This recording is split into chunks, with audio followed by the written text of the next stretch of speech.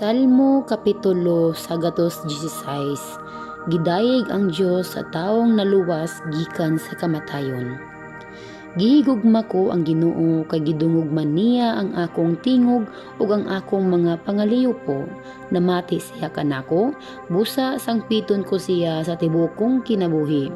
Gilibutan ako sa mga litag sa kamatayon ug ang akong kalisang sa kamatayon milukop na kanako. Puno ako sa kahadlok ug kabalaka. Busa gisangpit ko si Yahweh. O Ginoo, luwas sa intawon ako. Ang Ginoo matarong ug puno sa grasya, maluluyon ang atong Dios.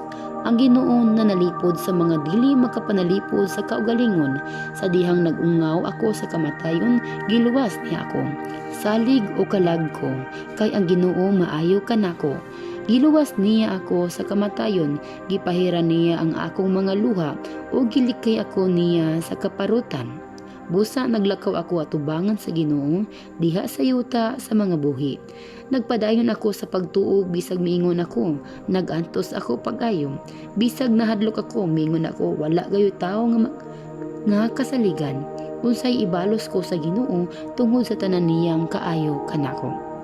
Magdala ako og halad nga bino ngadto sa Ginoo aron sa pagpasalamat kaniya tungod sa pagluwas niya kanako. Ihatag ko ang gisaad ko ngadto sa Ginoo atubangan sa tanan niyang katauhan. Pagkasakit sa bation sa Ginoo kun mamatay ang usa sa iyang katauhan. O Ginoon, nag-alagad ako kanimo sama sa akong inahan. Giluwas mo ako gikan sa kamatayon. O Ginoo, ihalad ko kanimo ang halad sa pasalamat ug magampo ako kanimo.